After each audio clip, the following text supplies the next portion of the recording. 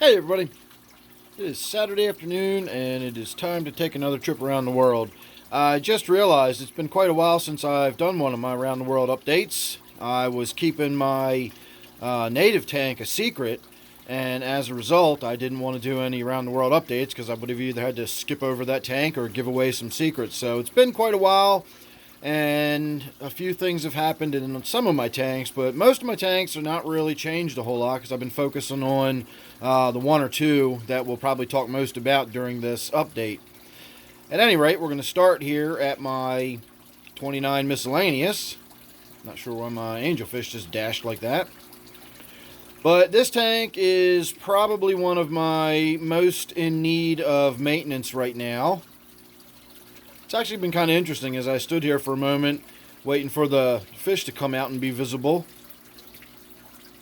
I was noticing my little Bolivian ram down there seems to be chasing my angelfish all over the place, especially whenever the angelfish gets down near the lower portion of the tank. It's kind of interesting. I didn't think that a little ram would be that aggressive towards the angelfish. Not too worried about it. That angelfish really isn't in any danger. But that was interesting to see such a small fish going after the angelfish like that. So, nothing really going on with this tank. I have topped it off once or twice. I've done a water change over the last week or so, changed the filters out, that sort of thing. But the glass really needs to be cleaned up. And I probably should get in there and think about doing a little bit of maintenance, trimming back my Anubias. It's getting kind of big for this tank, so I might get in there and maybe cut it off right here or something, take that top section off and open that up a little bit, and I might get in there and do something with that floating water sprite. The Java fern here to the left is actually looking pretty good. You can really see the roots starting to grow against the rock there, so I don't want to mess with that too much. So if I did anything, I might just gently snip that really big frond out of there. I know that's kind of cool looking, but again, in this smaller tank, it's kind of taking up a lot of space there and blocking a lot of light. So we'll see. Again, not any urgency, and the water in the tank is fine. It just looks a little grungy right now. I got to get in there mainly and wipe that glass down so we can see in there more clearly. So otherwise, nothing really going on in my 29. And so now we will have a look at my 55-gallon gourami tank. Another one that is in somewhat need of maintenance. It definitely needs the glass wiped down. It needs a water change and filter change and all that kind of basic maintenance stuff. But I am thinking about getting in there at some point and doing another chemi-clean treatment. I don't really think I need to, but probably wouldn't hurt. I am starting to get some more of that red cyanobacteria growing. You can see it all over the rock. You can see that sort of red color, especially up here on the top of this piece of woodwork and on the glass back there. All that reddish color you see and that sort of purpley color, that is the red cyanobacteria. And so doing a chemi-clean treatment would just clean that up a little bit. It's not hurting anything, and it's not necessarily even that unsightly. What I've got growing on the glass there, and you can see all the streaks from the various off-box grazing fish, that's probably from my Hillstream loach in there. You can see all those marks on the glass. That's algae growing on the glass, so a chemi-clean treatment wouldn't affect that. All that it would really do was clean up some of the grunge in this tank, and it would kill off a lot of this red cyanobacteria. So that's just something I'm tossing around. The other thing we've got going on in this tank is my sunset thick-lipped gourami that was up in my office tank, and it seemed really unhappy in there. It was just on a lot of darting back and forth.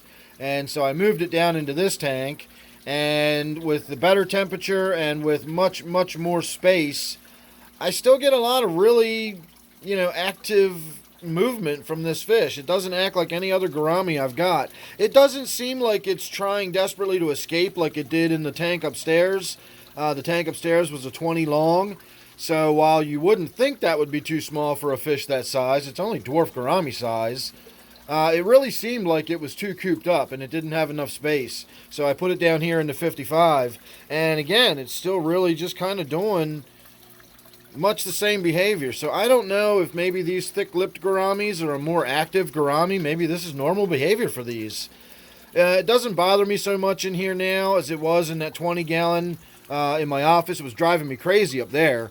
especially being in the office where I could see it all the time. I'm not in the fish room here very often, so when I'm in here, seeing this fish swimming around a little bit like this doesn't bother me too much. And it really doesn't do it as much as it's doing it now. Maybe it's doing it now because I'm standing in front of the tank and it thinks it's going to be feeding time or something. Normally, everybody just comes right up here to the front of the glass when they think it's feeding time.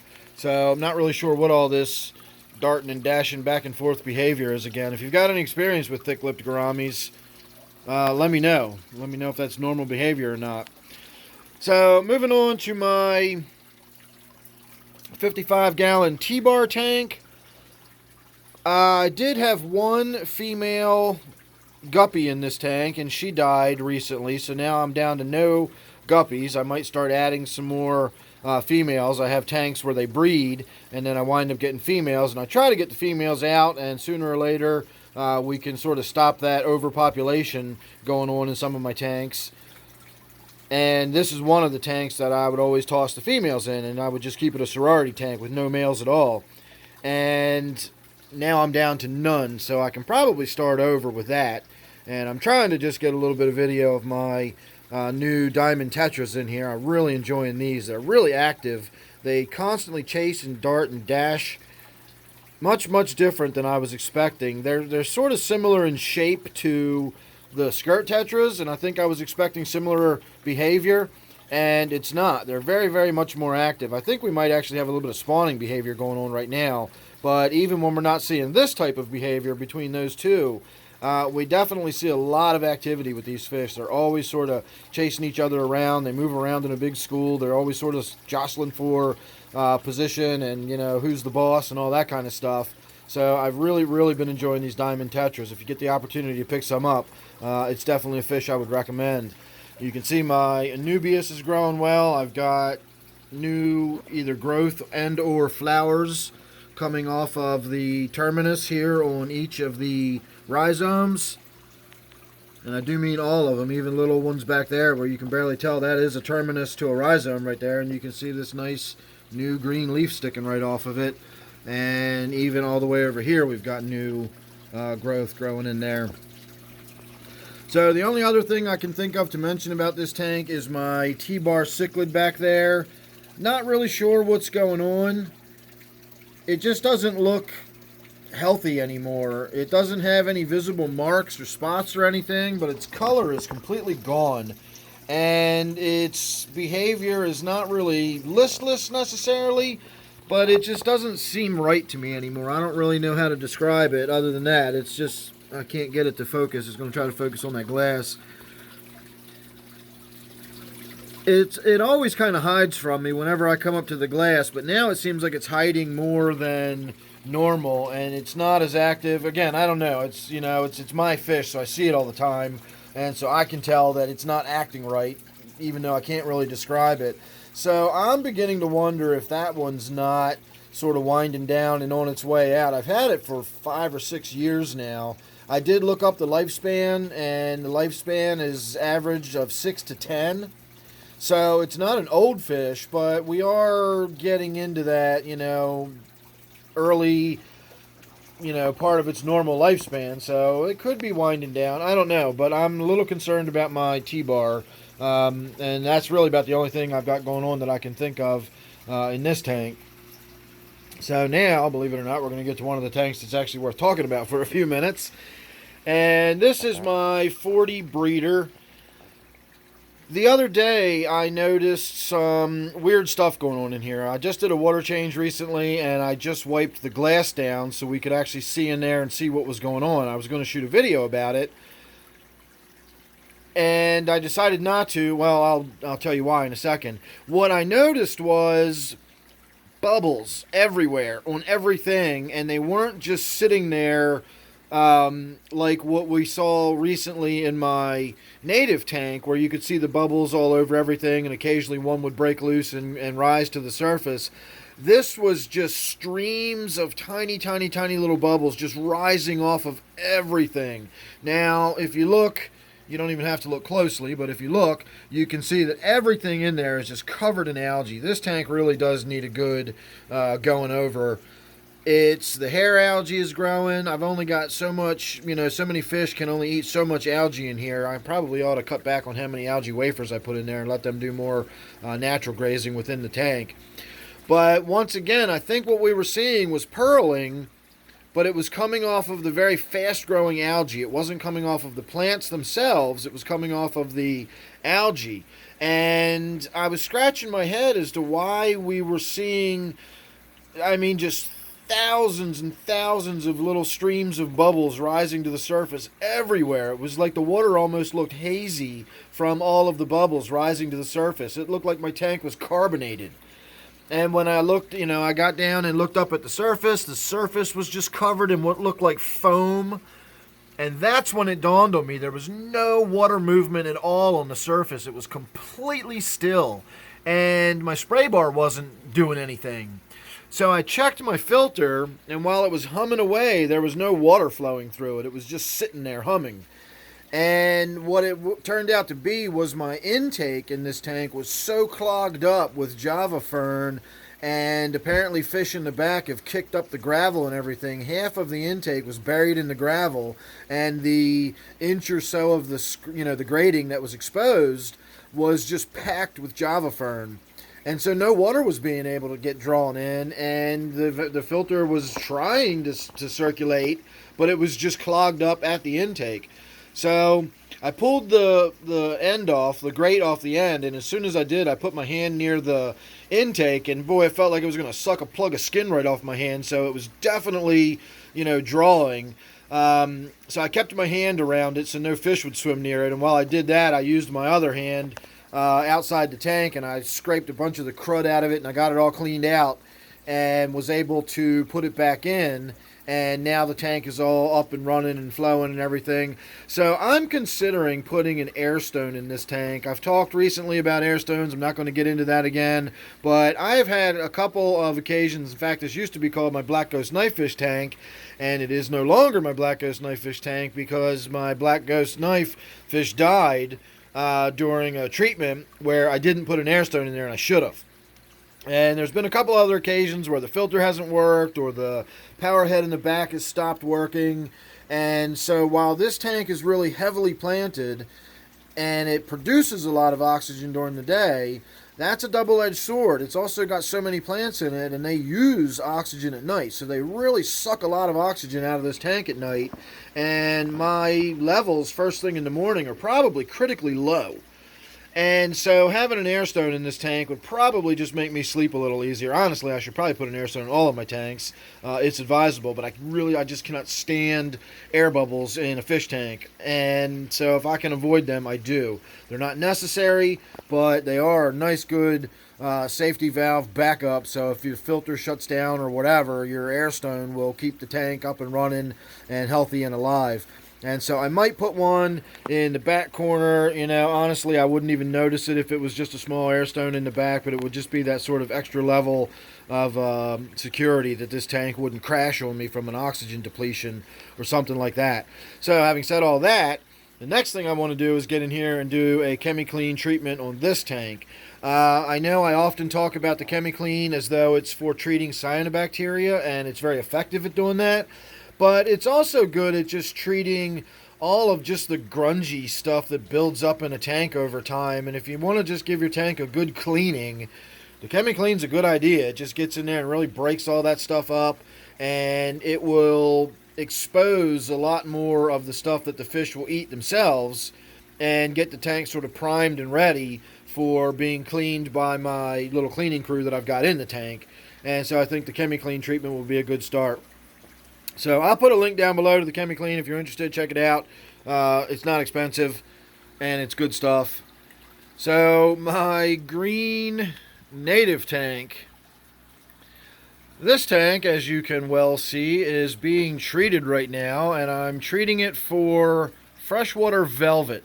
I'm not 100% certain that that's what I've got in this tank, but I'm pretty sure that's what's going on. Now, the treatment is 2 doses, 48 hours apart. So I did my first dose, I waited 48 hours, I did my second dose, and that was yesterday. So tomorrow will be, in theory, the end of the treatment. But in reading about the freshwater velvet, I have found that much like ick, it has a very specific life cycle. And again, like the ick, you have to catch it in that free swimming stage between when it's in the fish and when it goes down into the substrate to reproduce.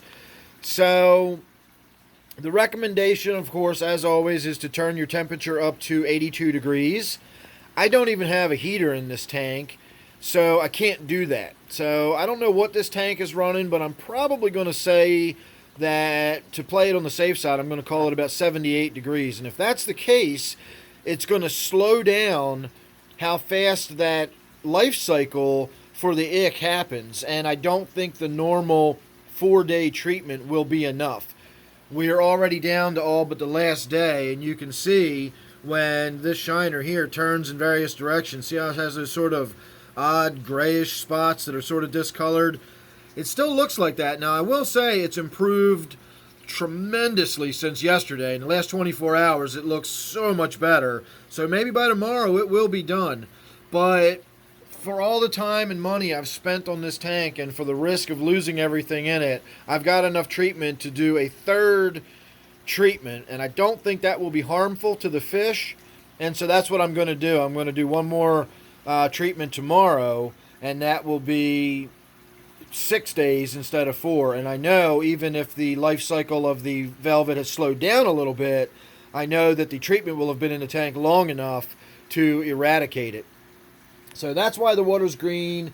That's what's going on. Of course, if you haven't seen all of my rescape and all that stuff, then you'll have to just go check out my native tank playlist and see the videos where I revealed that. I'm not going to get into talking about all of that again right now. I really definitely don't have time in this video.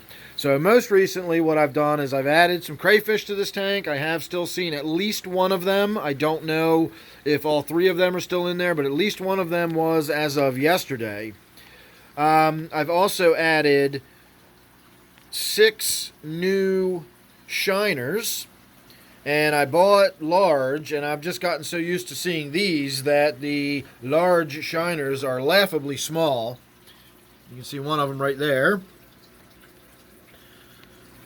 And they are so small, in fact, that they tend to school.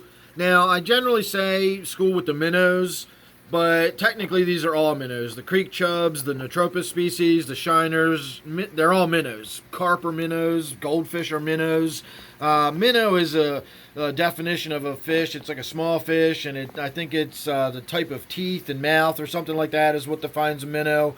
I can't remember off the top of my head, but all of these fish technically are minnows. So if you hear me say minnows, I'm talking about these little small black striped ones versus the shiners, which are these, and even these little small guys right here are the same golden shiner.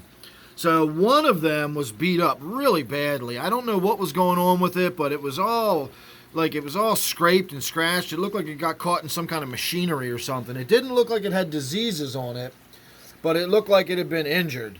And so that one is still in there as far as I know. I haven't seen it dead, and as of yesterday, I'm looking for it now, and I don't see it in there anywhere unless it's starting to heal up. Well, this one over here looks kind of beat up and scraped up. Maybe that is it, and maybe it is starting to heal. So maybe this medication is working on more than just one thing. Maybe there's more going on in here than just the velvet, and hopefully that medication will do something about it. Another thing I've noticed, you can kind of see it back there. If you look at my suckerfish line up against the glass in the back, look at its eye. It, to me, looks a little bit cloudy and maybe a little bit bulged out. I'm not 100% on the bulged out, but it definitely looks a little bit cloudy to me. So I don't know what is going on with that necessarily either. It seems odd that I start treating the tank, and as I start treating the tank, I notice I've got cloudy eye in one of the fish.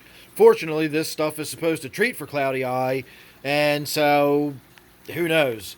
But that's the risk you take when you just scoop up minnows out of the stream and throw them in your fish tank. You know, I'm treating this whole entire tank as a quarantine tank, and I have frequently brought home diseases and stuff from my local stream. It's, you are far, far less likely going to even your crappiest little big chain pet store. You are far less likely to bring home any kind of diseases than you are to just go out and catch fish, bring them home, and put them in your tank.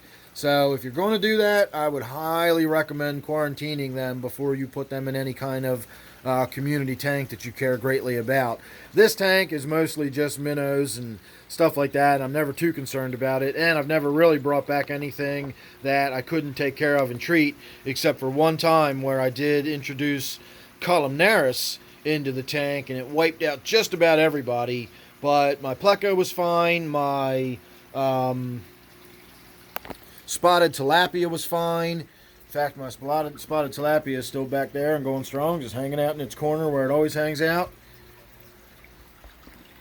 But all in all, I have brought a lot of stuff home from the stream that I did not intend to, and I've put into this tank. So, word of caution, that's a risk you're taking. It's a high risk you're taking if you want to go catch your own fish and bring them home and introduce them into your fish tank. You can do it, but quarantine them if you can. Anyway, that's enough for the native tank. We're going to move on to my purple spotted gudgeon tank. Nothing really to talk about in this tank. We've got some hair algae starting to grow back. You can see it's all flowing in the current and everything in there. It really is beautiful stuff. Another name for that is actually maiden's tresses. You can easily see where it gets that name. But it's one of those things that's beautiful but gross at the same time, and if left alone, that will just keep growing and growing and growing. And that's the stuff you see, like it's all thick and matted and bubbly. It sits on tops of ponds at the end of summer. It's that stuff that just keeps growing and growing and growing into huge piles of algae. So, pretty though it may be, I really need to get it out of the tank. The problem is I can't really put any algae-eating fish in this tank because I got this guy in there, and he's pretty aggressive, and he'll pretty much eat anything that even he thinks he can get in his mouth. And believe me, that mouth is a lot bigger than you think it is. This fish has an enormous capacity for eating fish. So I've tossed around the idea of getting rid of that fish a bunch of times over the years. It's a kind of a boring fish.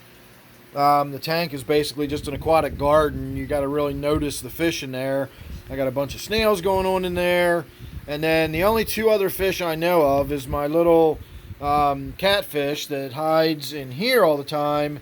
And I think, even though I haven't seen it in a long time, I think there is still a rubber lip pleco in this tank. I'm not sure about that, but judging by how algae-free the rocks and everything are down on the bottom, I think the rubber lip is still alive. So again, I'm just kind of going by what I see as evidence rather than the actual fish itself. Again, it hides all the time because this one, it chases it around constantly. Every time it sees it, it tries to eat it or chase it away. It's a really aggressive fish. So until I get rid of that fish, I'm kind of stuck with not really being able to do much with this tank other than let algae grow in it and, of course, grow my plants out. So that's all that's really going on in there. My 125-gallon tank. Let's get over here so we can see the whole thing. I just got done doing some maintenance on this tank this morning, actually.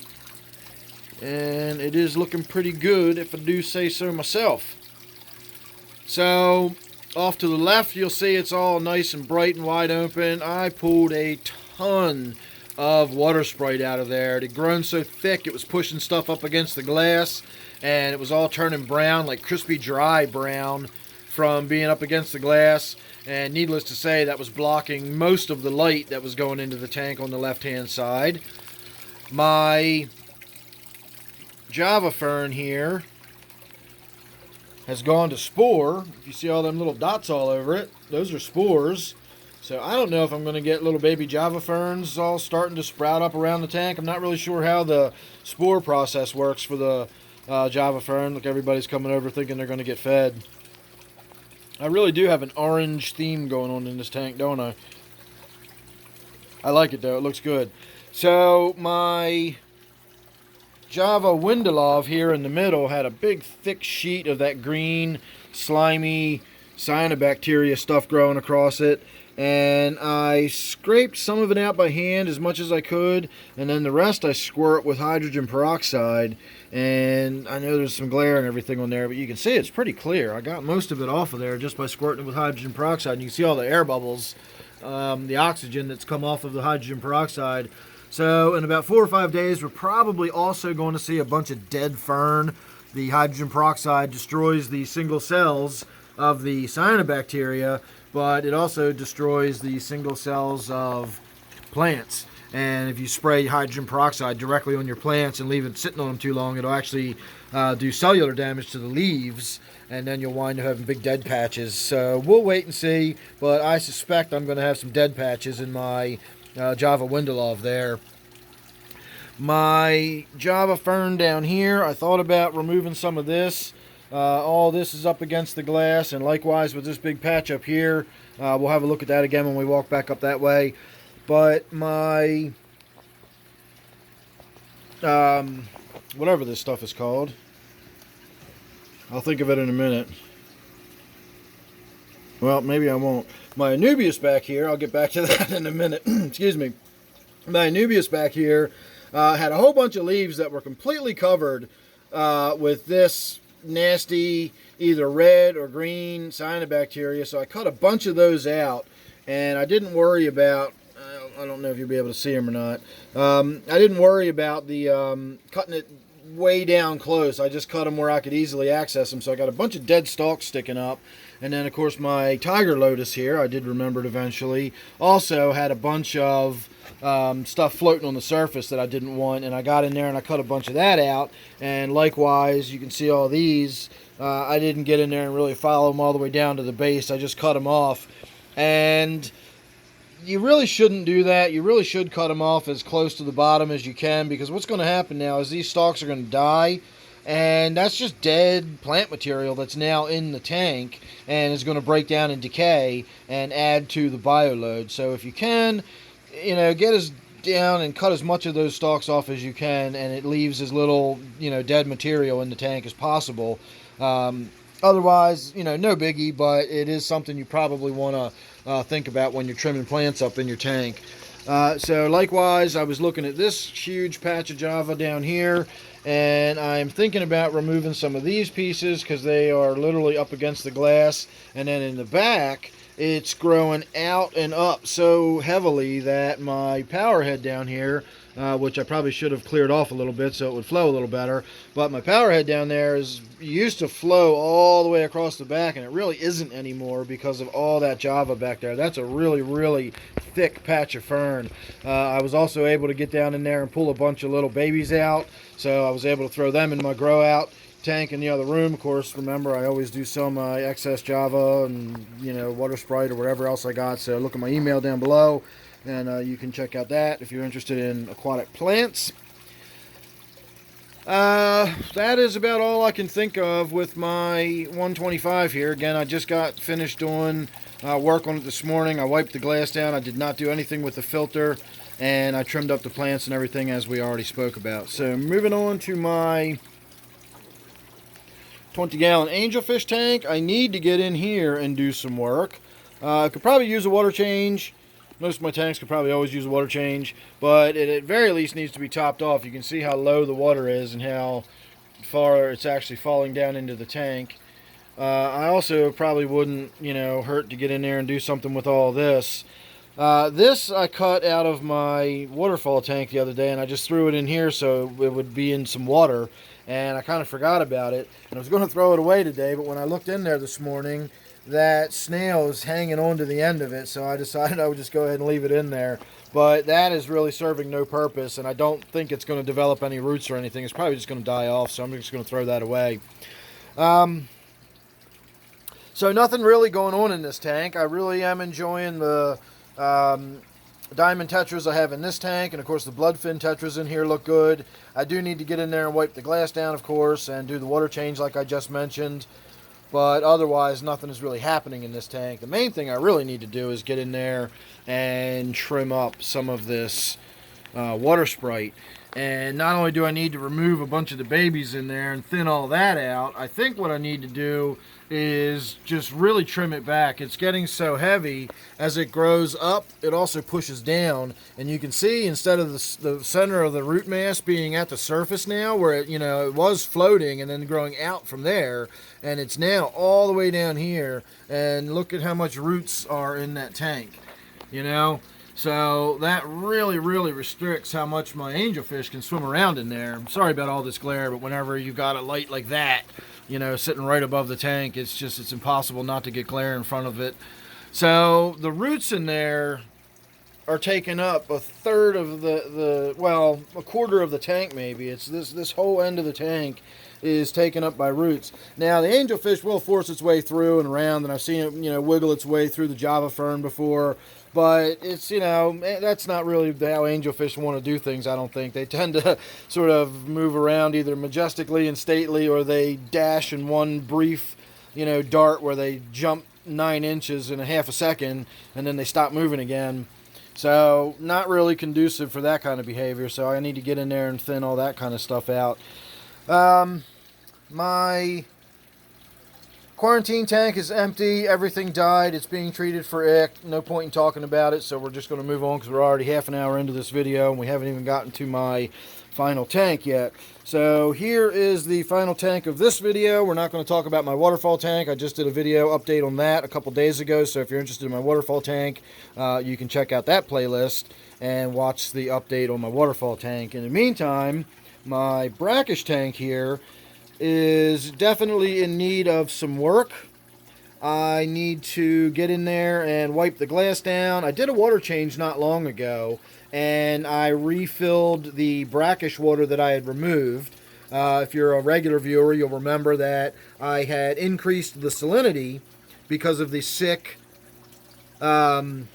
molly I had in the tank. I was trying to reduce the bloating I had in that one molly, and of course it died anyway. And what I wound up doing, see there's the other molly in the back.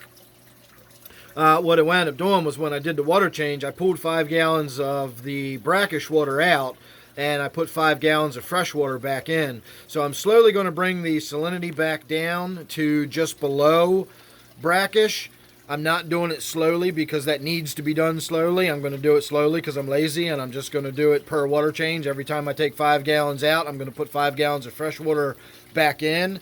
And after 3 or 4 of those, I should be down to about 1.003 or something like that. I'll be just below what is actually brackish. And what I find is Butterbean, my puffer here, seems to be healthier. I get better growth with my Java fern, and I get a lot less of that red cyanobacteria, which is all crawling all over everything right now. Again, I got to get in there and really do some maintenance on this tank.